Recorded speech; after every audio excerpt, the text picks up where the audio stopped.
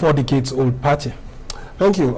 First, I would say MK is not referred to as the supposed winner any longer, since the GCFR award. The government has actually acknowledged that he won that election. Yeah, so, but the results have never been released. If the government of the day acknowledges the results, then he won the election for sure. Okay. That's one. Over the years, about 2 years now, I've gone around. I've been speaking to a lot of youth, 16 to 38 group. I speak to them a lot, try to encourage them to go out and get their PVCs. That is your lottery ticket to change in Nigeria. And increasingly, the more they get involved, the more they ask me that how would they apply their votes once they have the cards? Who would we vote for? As far as they are concerned, many of them don't believe there's anybody to vote for in the first place. That's why they don't participate. And furthermore, even if you wanted to, because that's part of my message to them, I want you to actually get involved to be able to elect yourselves. They keep telling me there's no party to go to. They have to go into a party, they have to go through somebody. There's existing structures in the place. They need a sponsor and all this and all that. And increasingly I kept on telling myself, they probably have a point. How do I get them all mobilized and with nowhere to go? How do I lead them that far and they can exercise exactly what I've been preaching to them? I looked at all the parties. I looked at the APCs, the PDPs, the DPPs, the Youth Party and all those parties.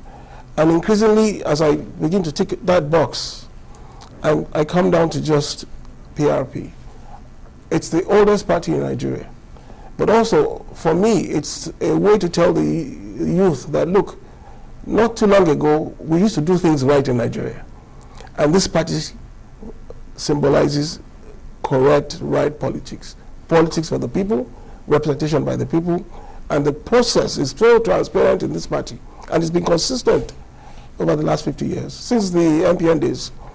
And it's still existing today for some reason. It must be that. And because I've always preached that I want to disrupt the whole electoral process, and that process means that I have to bring down the barriers to entry, funds, party structure. I can't see and I can't find any other political party today of any pedigree that's been consistent enough over the years to lead them to. Oh, you actually think that getting into the APC or PDP may not give you the enough opportunity to be able to disrupt the system? Yeah. That's why you have to take what looks like a smaller party. Not necessarily. You see, what I've done is put my money where my mouth is. You know what I'm saying? What I've done is I've said this is what I want to see. I'm leading that drive into this party, so I can show them that, look, I'm serious in what I say. Unfortunately, the political space has abused our mentality in many ways. You can't do this, you can't do that, you can't enter without this, you have to have a huge amount of money to get involved, and so on and so forth. And anytime you come to people, genuinely come and preach a difference, a disruptive difference, they always want to believe there is an ulterior motive from you. So they keep telling me, are you sure this is not a means to an end? And I'm telling them, look, it's not about me. It's about making sure that my kids, the youth in this country, begin to make the change they should have made a long time ago. Do you think that the PRP shares any ideology with the Social Democratic Party, which on whose platform your late dad actually contested and won elections? It was a different scenario then. We only had two parties to be political in. We only had the NRC and the SDP. The SDP was a progressive, and we are progressive, and that's why we ended up in SDP. The only truly progressive party I know today is PRP.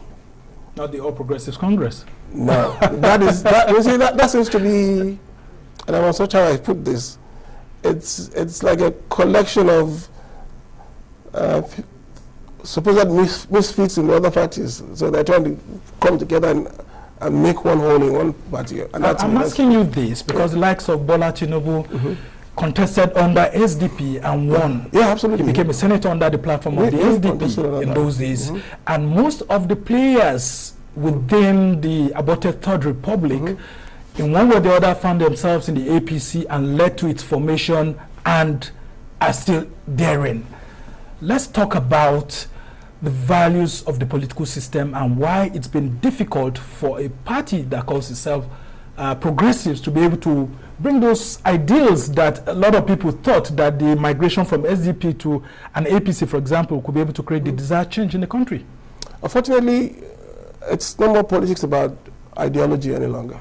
It's no more politics of ethics. It's no more politics of a doctrine. It's purely a politics of a means to an end. So if I'm in PDP today and for some reason it doesn't suit my ideology and my candidacy, not ideology here, I will move to the next one. So what you're finding is that you have a mixed bag of same politicians back and forth in these two parties. So there isn't differentiation any longer. Like I've always said, there's only one party there, both of them. I don't see the difference in them. They just swing back and forth. And for as long as that is the case, how does a new set of people that we, youth and population that we're trying to bring into active politics, how do they exist in such a setup? They will never be able to, it will never change. And I keep telling them, it's not about spending money.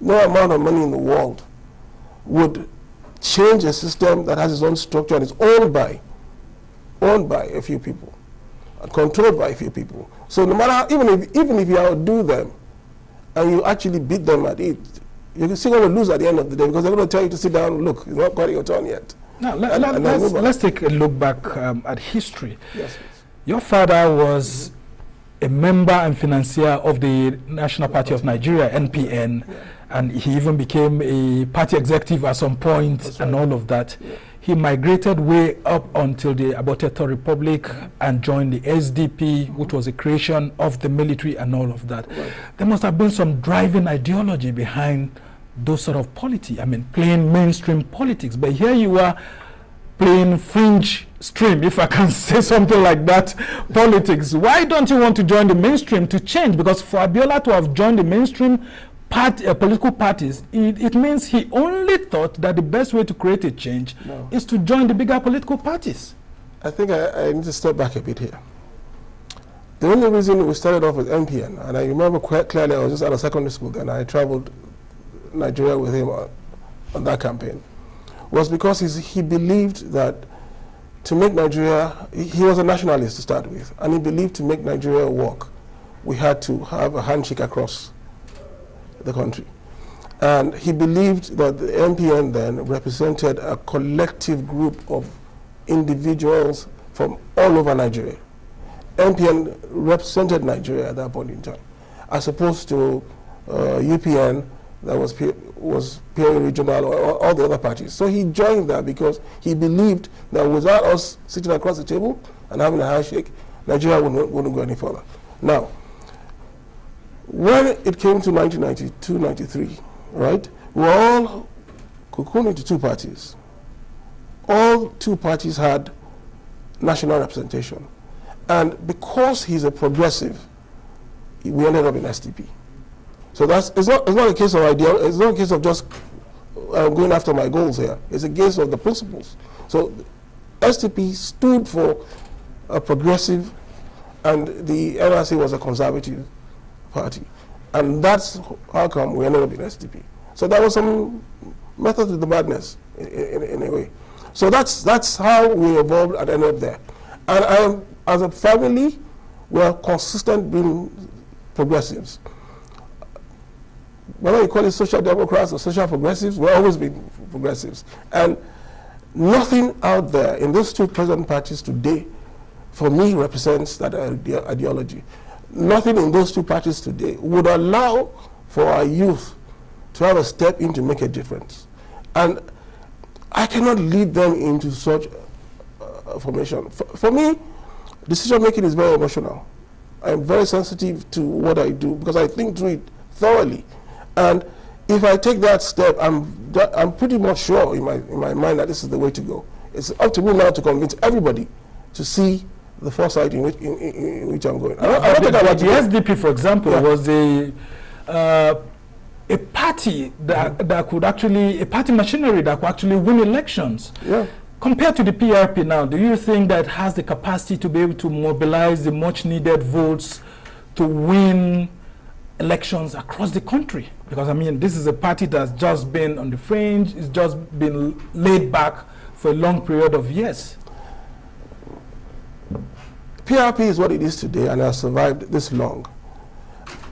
It is taking the shape it has today for two reasons. Because of the doctrine, the ethics, and the forthrightness in which they run their party, it hasn't attracted money. So money bags were not allowed to come in because they were afraid that they will pollute the ideology of the party. It hasn't and because it hasn't attracted money, it hasn't attracted enormous intellectual capacity also.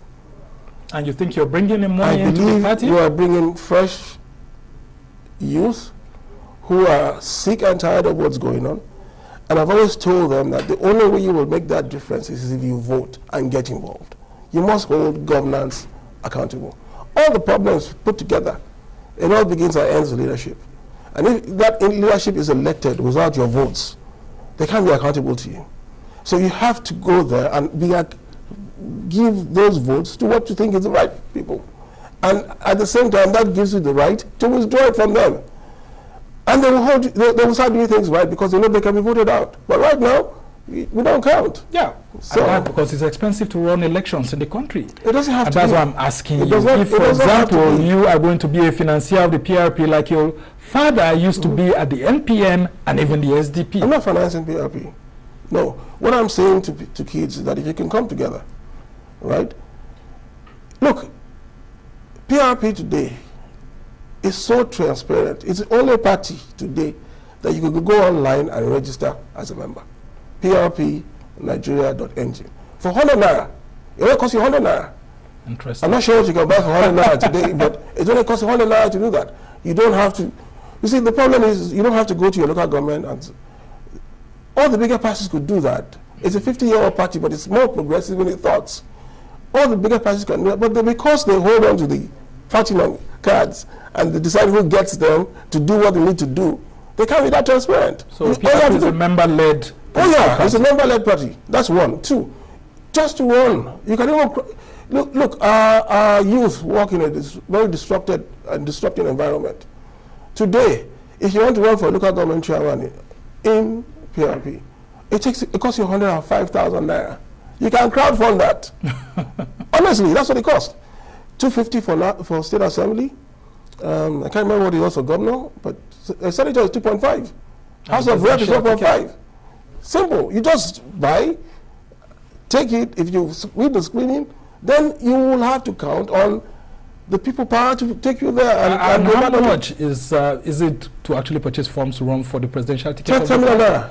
10 million, interesting. Yeah, it's a lot cheaper than running for. Yeah, and I want to have your views on actually on that's like 10% of that of the APC, 100 million naira. Yeah. When you see the APC pegging its nomination fees at 700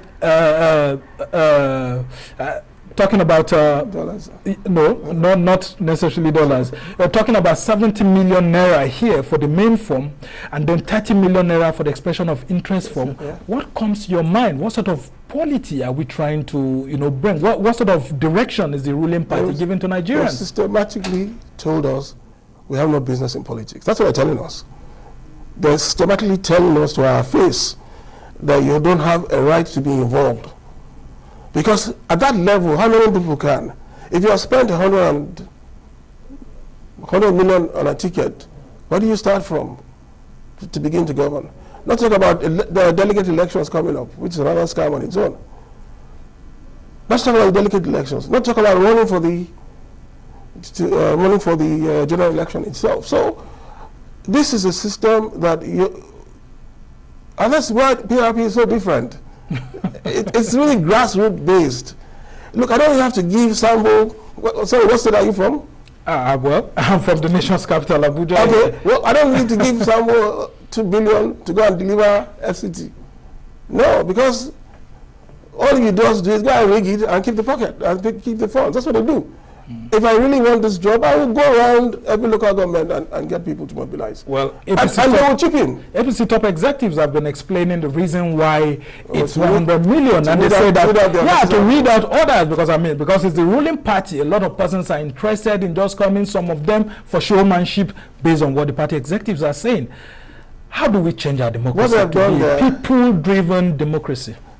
What they've done there is to say, it'll cost you 100 million. We know the ones we want. That's what I'm saying. Interpret it right. So if you want to think you can just jump in, fine, come.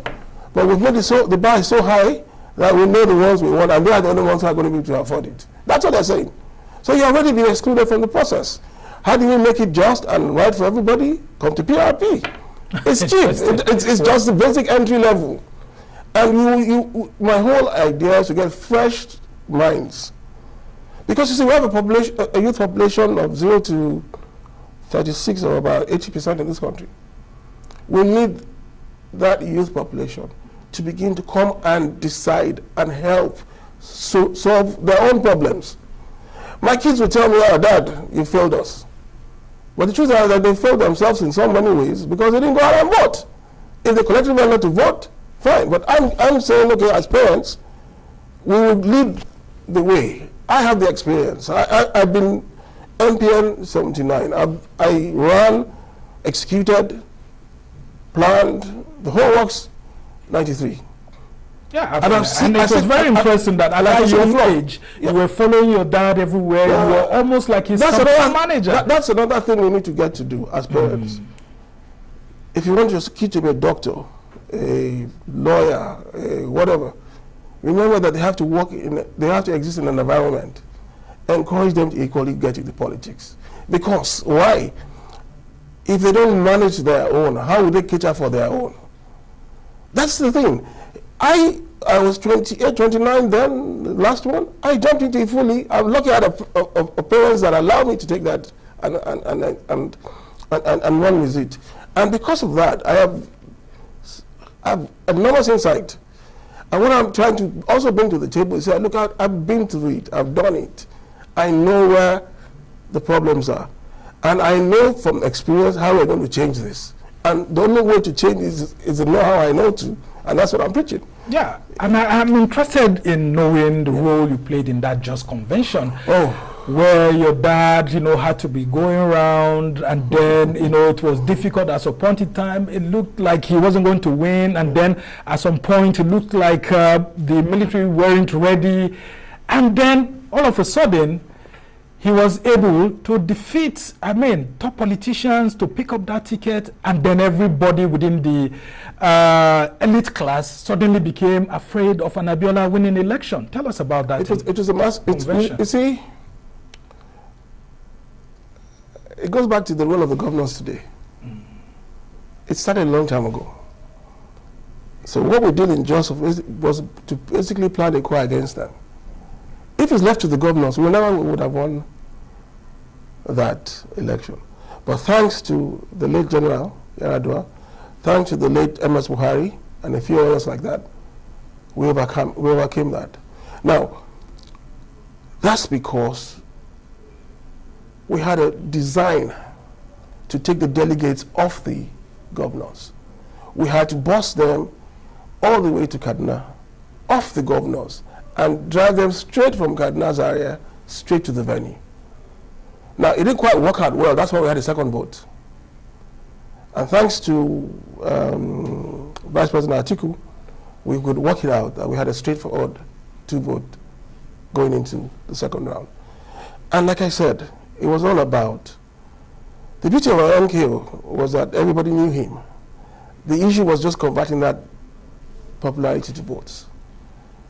And I must not forget another name. The late no, I mentioned him already. Babade Dubu in Ibadan. In Ibadan, yeah. I read his book where he mentioned all of this, thank God for the role of Baba Gana Kingibe. Exactly. So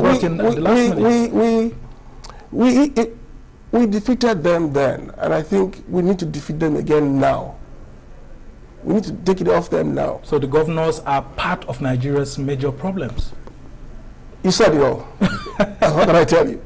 We have to just, and that's because they've created a bubble into politics that you have very few of them can afford to. And the economy, unfortunately, over the years has gone down the tubes. So poverty has not even helped the matters much.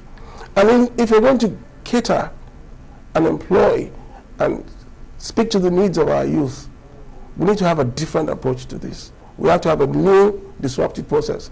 I am going to lead that as much as I can. And it's not going to be overnight. But if I tell you, like I said earlier on, 0 to 36 is 80% of this population.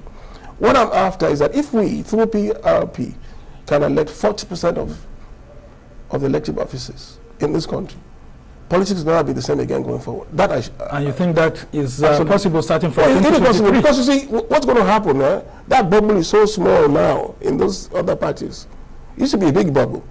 At 100 million and so on, they made it so small now. There's going to be so many aggrieved people who ordinarily on their own win elections and they will be denied. They must have a better order structure to come to. And I think I can see us inheriting quite a lot going forward. Very interesting. Yeah. So, Kola Abiola, I'll just ask you to hold on while we go on this short break. When we come back, I would be interested in knowing how we're able to get a Muslim ticket in the 1992-1993 presidential political period. You're still watching the Arise interview. The conversation with Kola Abiola continues. Stay with us.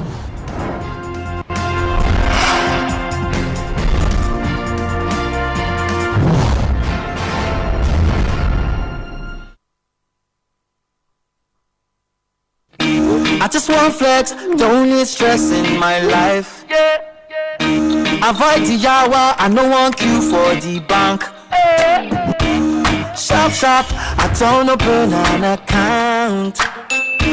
Digital bank, we get the power, now vote. I pay my bills easily, I'm running things like a boss. Collect a loan with no collateral.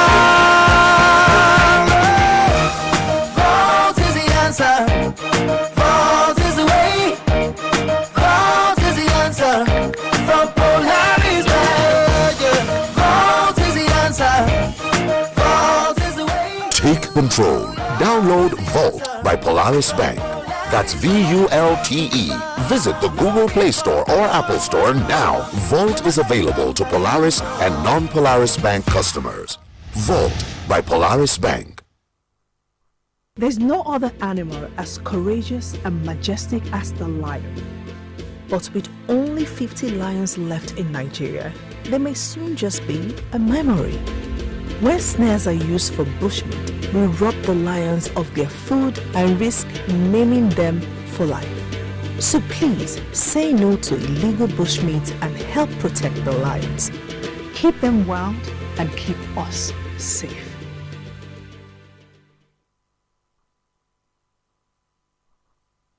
In 1894, our first branch opened in Lagos, Nigeria. And we took our place in this new land brimming with possibilities and surprises. Take Kano, for instance, where the city's wealthiest trader made his first deposit. 20 bags of silver arriving on camelback.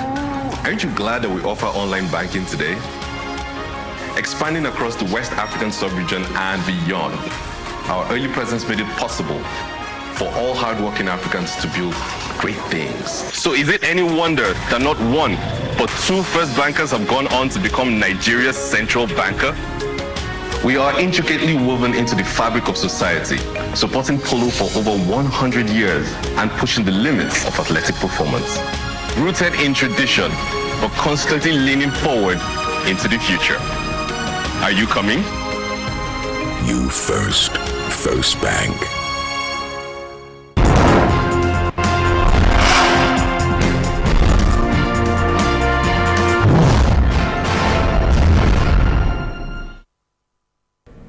Welcome back to the Horizon TV, where we speak to the newsmakers as well as ordinary people doing extraordinary things around the world and featuring the voices at the heart of the conversations. I'm Somna Sambo, and my guest is still Kola Abiola, a member of the People's Redemption Party and a scion of the Moshood Abiola dynasty. So good to still have you here, Kola. Let's talk about the novelty that the 1993 presidential elections introduced to Nigeria's polity. I mean, having a Muslim ticket for the first time, and Nigerians went ahead to vote for that. How did it happen? Well, we came into the party late. After the first annulment of the primaries, then we came in. And by the time we got into the party chairman back then was Babakar Kingibe. Now, Ambassador had all the party officers had gone at that point. There were there were governors, speaker, all that was done. So when we came in, coming from the southwest, and looking at the geopolitical situation, once we won, we really didn't have a choice but to pick a running mate from the north. Now, prior to that, I had a discussion with General Yaradua a long time ago, way before we even got into the race. And funny enough, in this hotel, I met with my dad's assistant and the Abuja bureau chief, Ulu Akerele. He asked me, how do I see this thing working out? I sat down and I wrote him a step-by-step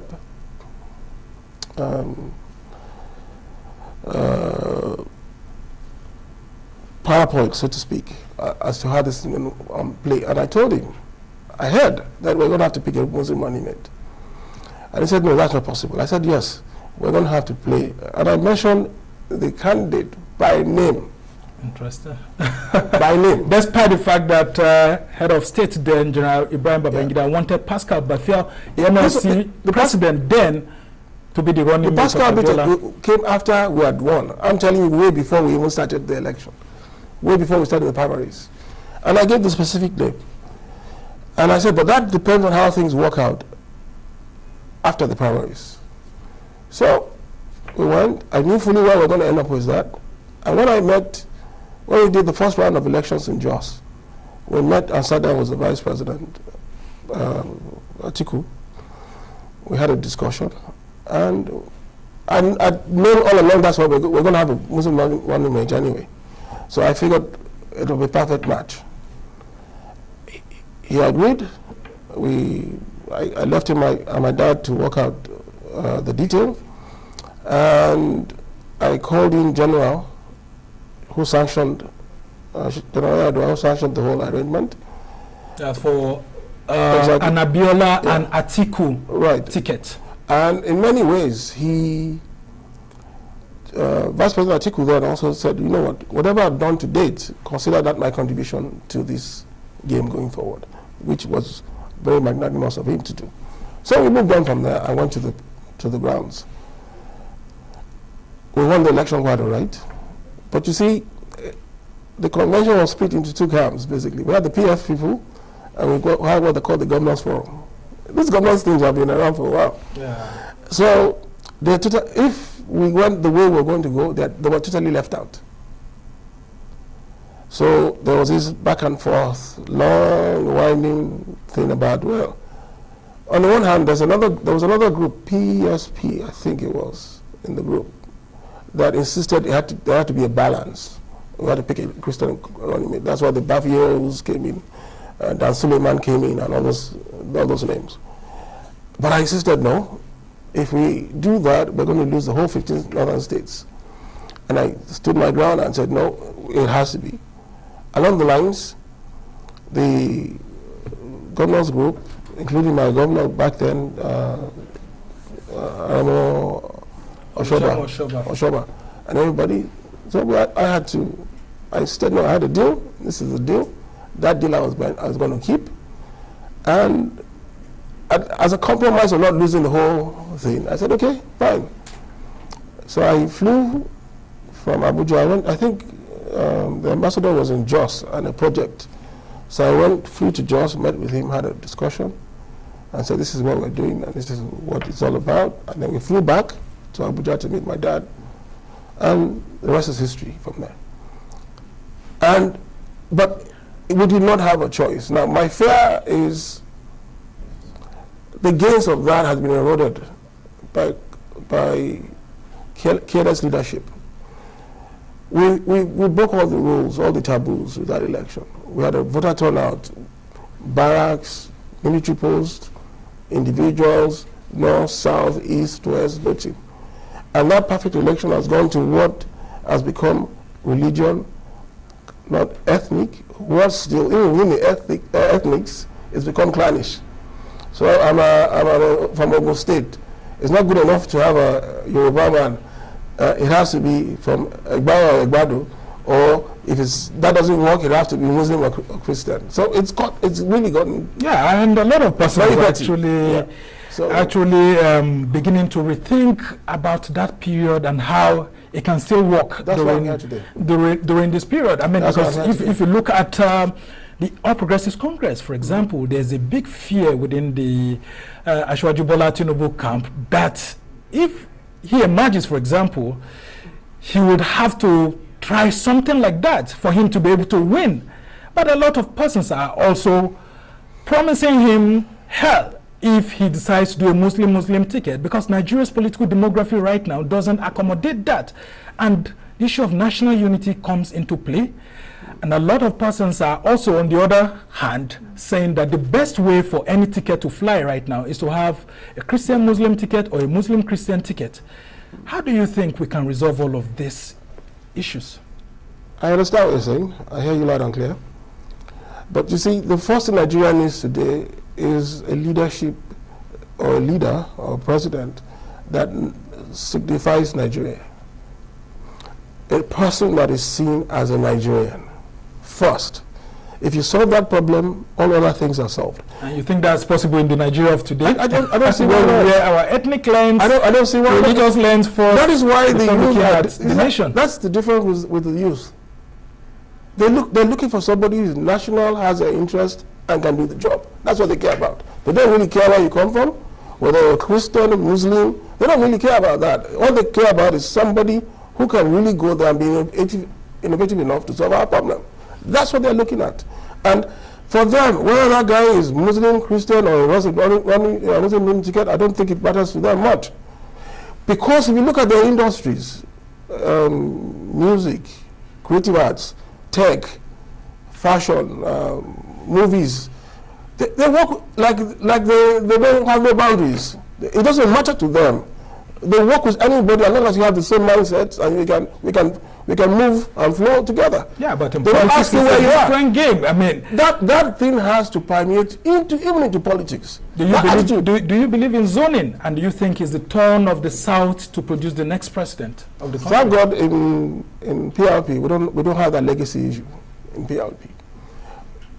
The presidential candidate or any candidate for that matter is not zoned. We're looking for the best we can get in our party. So it's not zoned. We don't have that legacy issue. They have been in power for long, so they have that issue to deal with.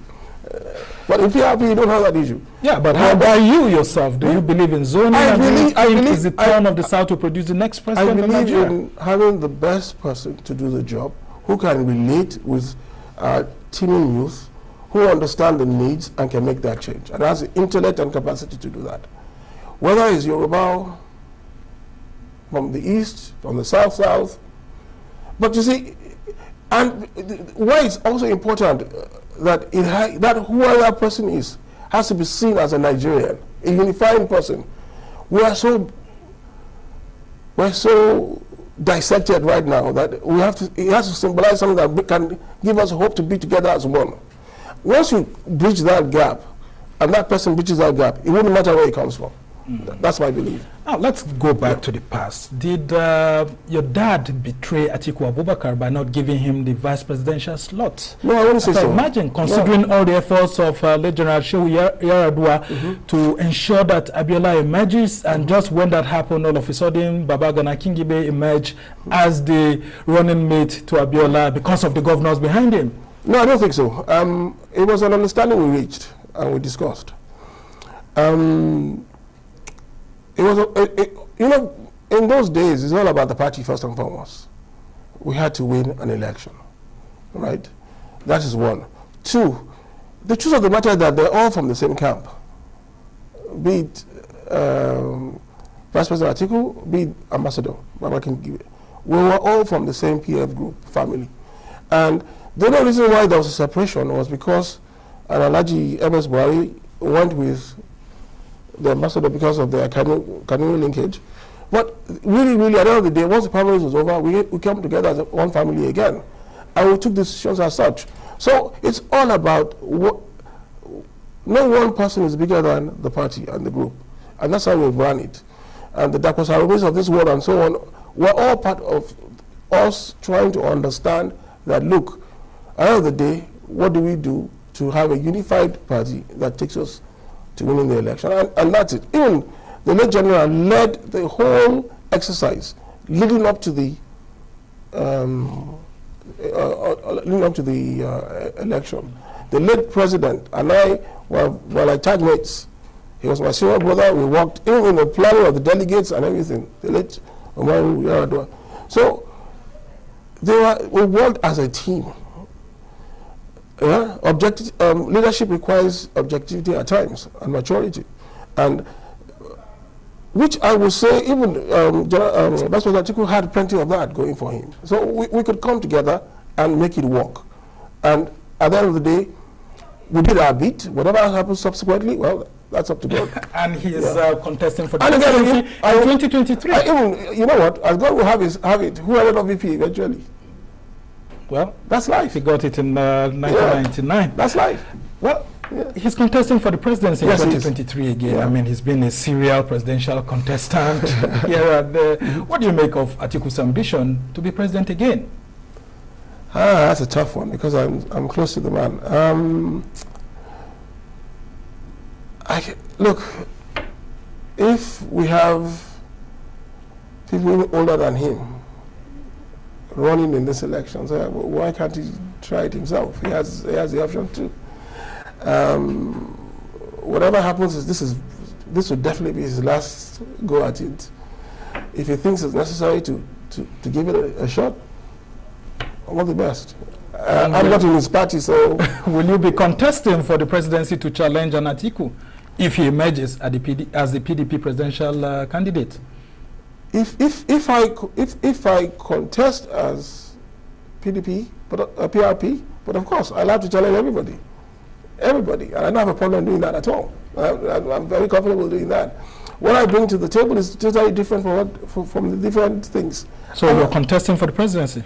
No, I'm not yet. I'm just consulting. I'm still in the party. I have joined the party. I'm getting to understand the party. I've been speaking to my BOTs. I've been speaking to a lot of people generally. And it's a two-way thing. It's not about me. It's about making sure this youth work with the party to make the party a success. Without them, this party will not work. Without them being there to put in their energy, it's not a money political game. We want to build an army of voters in them that would protect their votes and get the rewards for it. That's what we're doing. Now, with the Southwest having held the presidency in the Fourth Republic for 8 years and then the vice presidency for another 8 years, do you think it's politically right for someone from the Southwest geopolitical zone to want to contest for the presidency again? So you're looking at it, still looking at it from the political party elders' perspective. Well, I mean, these are the things we hear every now and then as journalists. Yeah, you're still looking at it from the political party elders' perspective. The guys and girls and the people that truly own Nigeria, I don't think they see that difference. And that's the numbers that will give anybody a mandate to make change. I think in the last voters registration, there were 50% of them. If those guys go out to vote, they don't share the same perspective the party elders share. All they share is to work with people like minds who will change this country. They're blind to that, because in that rotational system that they've done in the past, has it really paid them really? Not too long ago, like in university, we had bursaries, we had cafeterias that worked, we had everything that worked. This country has let them down, absolutely. Now, let's go to your family. I mean, Yes. you are the scion of the Abiola dynasty. Yeah. You must have heard Right. that your sister is the Director General of the campaign organization Absolutely. of Yaya Bello. Yes. And she made a comparison Right. saying that Yaya Bello has some of the ideals that your father shared. But a colleague of mine who also happens to be your sister, Tundu, argued against that, Right. saying that, I mean, that's going too far. We haven't heard you saying anything about this controversy. My late father, MKO, is a national brand. And it's a national brand that belongs to all Nigerians. We are the custodians of that brand. And for me, as the head of the family, my response is a lot more mature. I'd rather not discuss family issues publicly. That's my role, is to protect that. I'm not just protecting that, but protecting MKO himself and what he stands for. So I wouldn't comment publicly on that. If I have my comments, when I see outside, I'll make them directly to her or any family member that wants my comments. But publicly, I would never do that. So that's to say that you haven't had any family meeting about that since it happened? They've asked, they come to me and ask, and I tell them what I think. But that's it. It's family. I won't go publicly and start, you know, I have to play the mature one here. And that's always been my role. Even at my own expense, at my own detriment, I just keep quiet and take it in, because that's the role I am meant to play. And that's how I see it. Let's talk about MKO Abiola. Please. The man Nigerians voted for in 1993. Yeah. Tell us a little bit more about this man and some of the ideals he stood for, not just as your father, but as a nationalist who was also honored by the Buhari administration and being recognized with the honor of GCFR, which is reserved only for presidents. Tell us more about this man before we end the show. MKO is my hero. I mean, I've always said it, next to God, that's my own God on earth. We're not all perfect, but he had a beautiful heart. And that, for me, speaks volume about MKO. Now, he was fearless to an extreme. And I'm here today because he allowed me to plunge into that river many times, get wet, survive, come out to tell the story. And I am benefiting from that. Politically, I have. Business, I have.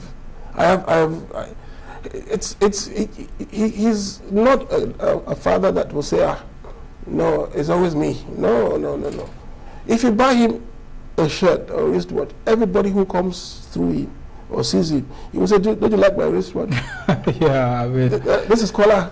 Kola bought this for me. Or one of our kids bought this tie for me. That's him. And he's, as a father, he was so close to us. He was all over the place, but still very close to us at the same time. So I don't, and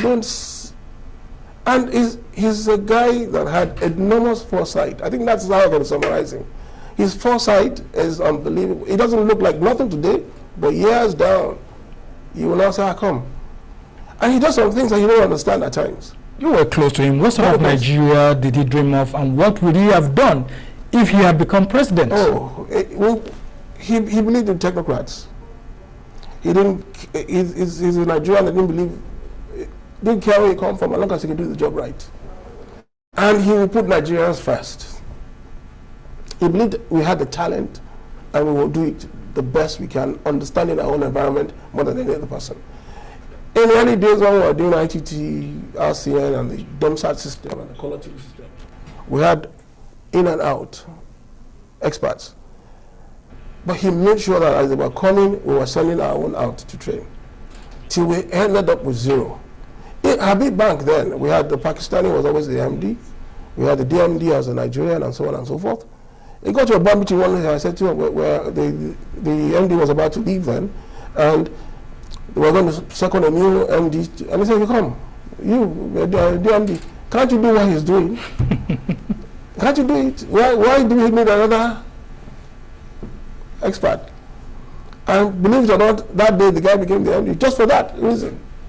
And that's what he always believed. When we go to Summit Oil, for example, We did that in 100% indigenous. He's a believer in that. Concord newspapers. You took one of our kids then and just threw them in there and go and do their thing. And they're all over the place today.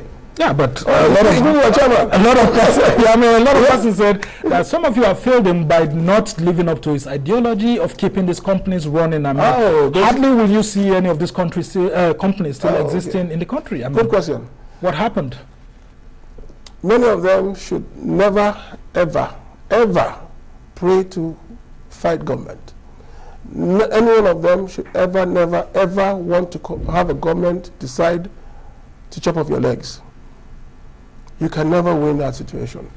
And that is the beginning of it. You see, all these companies, like I said, they didn't come over overnight. They didn't come all together in one day. It was a progression. And somebody with the might of governance decides to shut them down one day. Anybody, look, people forget that I was only 28, 29 then, for God's sake. And I've done, and if any one of them, actually like anybody, if they can actually keep it going the way I did back then, till to date, was the number and the size of the family I inherited. Not like I didn't know it was there, I didn't know that it was there, but I inherited. And you had to deal with the might of the government, not just a military, but even a civilian one. Very interesting indeed. Let them write the book for me. Okay, very tough one. But I just want to take you back to that question I was asking, because you didn't really talk about Yaya Bello. I mean, your sister being campaign DG, yes, you talked about that. It's a family issue. But the comparison of Yaya Bello with your dad, I mean, do you see those, do you share those sort of ideals?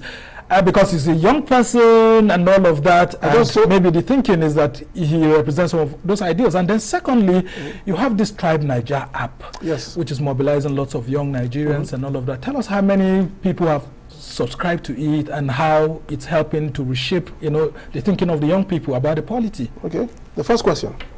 You just asked me now, what do I think of MKO? How do I know MKO? That's what I think about MKO. Yeah, but you didn't talk about Yaya Bello. I wanted you to talk about comparison. I cannot talk about I think I've met him once or twice, but that's just about it. I don't know him to talk about him. Okay. That's that. And I can't shave his head behind him. It has to be here for me to do that. So I don't even know him well enough. Like a dad would actually say, I can't shave a man's head in his absence. I'm also, he's a lot younger than I am anyway, so I'm not so old either, but okay, that's that. Let's talk about your app then. And the app, you see, one thing I found out is that, yes, the guy in FCT, the guy in Abeokuta, the guy in Sokoto, the guy in Kebbi, Kaduna, Zamfara, we have different needs. We're under different circumstances. But our circumstances are just about the same, no matter how varying the degrees are, because of the lack of proper leadership we have. So you can't split us on the fact that playing sentiment. What you're trying to do is split us that, but you're not actually facing the crux of the problem, which is the lack of leadership. So I set up that app to get us to start talking.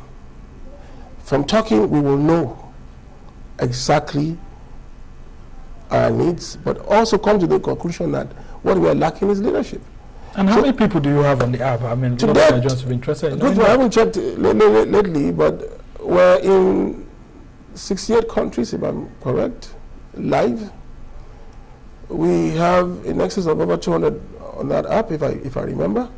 200,000. Yeah. Okay. And more, and it's even gone crazy now with my PRP palaver now. Thank God for that. And I think the problem initially was people had a difficulty in seeing my sincerity. Like I said, the political class seemed to use everybody for their means. But I'm telling them, go look, it's a little different now. And that's why I will pick a PRP anytime, any day. Yeah, and the PRP you intend to run on that platform, do you think it's a very strong political machinery that can win you elections whenever you decide to run on it? That's what the intent is different from when I decide. Now, yes, because nowadays, I think our youth have seen the difference. It's all about the individual. They have to believe in the individual. When I tell them, go out and get your PVCs, I'm not telling them to go and get PVC just to vote for PRP. Or to vote for you alone. Or vote for me. I'm not telling that. All I want you just get it and have that option to vote for whoever you want, irrespective of the party. We've seen the likes of Atairu Jega, former INEC national chairman, joining the party, Falalu Bello, former MD Unity Bank, joining it. I mean, what sort of new atmosphere is there within the PRP in less than the leadership is new. They've changed and brought it back on the right path. The BOT has been there. They're very seasoned people who haven't gotten involved. And that's very important. They haven't gotten involved because they know that age bracket there is to guide, not get involved. And we are hoping to bring in the next set of people to drive this. We won an election in Jos easily. We won even in Katsina. Yeah, and that's why some people are saying that the PRP is a regional party. I mean, it's only strong in the north. Yeah. How do you intend to make it strong in the southern part of the country? Myself, I'm bringing everybody in there, and then bringing them, and that's why in the south, especially, it gives them an opportunity to go in and actually get elected and get involved for nothing, compared to what you have to pay or cost in other parties. And I'm hoping, and I'm praying, and I'm preaching it to everybody I know at that age group. I've gone round as many as there are possible. This is the time for you, for a change. Have the elders hold the whole of the bull while you milk it at the back, for a change. Because in the past, it's always been the other way around. Yeah, and you believe INEC has prepared the atmosphere to win elections credibly, very quickly before we go. If you don't come out to vote, then you leave room for hanky-panky. If you won't come out to vote, it's very difficult to. You can only protect what you have earned, and that's why I stand. Well, we must thank you so much, Kola Abiola, for joining us on the show to talk about issues in the past, and I'm very glad you've settled this issue of Muslim ticket as it happens, so that a lot of young Nigerians who understand that we once had a country that was very united. Thank you for joining us on the show, and we can only wish you well whenever you intend to contest. We are all there to feature you and question your ambition and then what you intend to do for Nigerians. Well, that has been for this special edition of the Arise interview, where we have been interviewing Kola Abiola, the scion of the Abiola dynasty. Do join us again tomorrow from me and the entire team here in Abuja. Goodbye and thank you for watching. I'm Summer Sambo.